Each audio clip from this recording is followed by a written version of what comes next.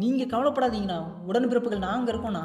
நீங்கள் பழுக்கலை அப்படின்னு சொன்னாலும் நாங்கள் கைதட்டுவோம், நீங்கள் பழுத்துட்டீங்கன்னு சொன்னாலும் நாங்கள் கைதட்டுவோம். இதான் உடன்பிறப்பு. ஆனால் நாங்கள் யார் நினச்சிங்க?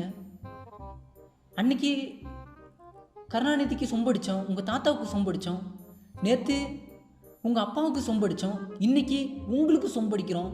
இது எங்களுக்கு பெருமை இல்லை, இது எங்களுடைய கடமைண்ணா. அண்மையில் விளையாட்டுத்துறை அமைச்சராக இருந்த உதயநிதி ஸ்டாலினுக்கு துணை முதல்வர் பதவி வழங்கப்பட்டது குறித்து திமுக அமைச்சர்களும் எம்எல்ஏக்களும் ஜால்ரா அடித்து வரும் நிலையில் இதனை கலாய்க்கும் விதமாக இளைஞர் ஒருவர் முரட்டு ஊப்பி என்ற பெயரில் உதயநிதி ஸ்டாலினை பங்கமாய் கலாய்த்த வீடியோவானது இணையத்தில் வைரலாகி வருகிறது.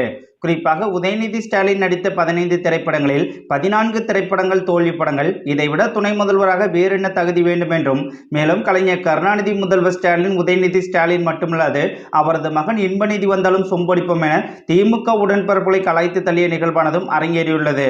இதனை போன்றே கருணாநிதியின் மகன் ஸ்டாலின், ஸ்டாலின் மகன் உதயநிதி என அடுத்தடுத்து கலைஞர் கருணாநிதி குடும்பம் மட்டுமே திமுக தலைவராக முடியும் என்பது நம்ம தலையெழுத்து, அதை யாராலும் மாற்ற முடியாது என முதியோர் ஒருவர் ஆதங்கத்தை வெளிப்படுத்தியிருந்ததும் குறிப்பிடத்தக்கது.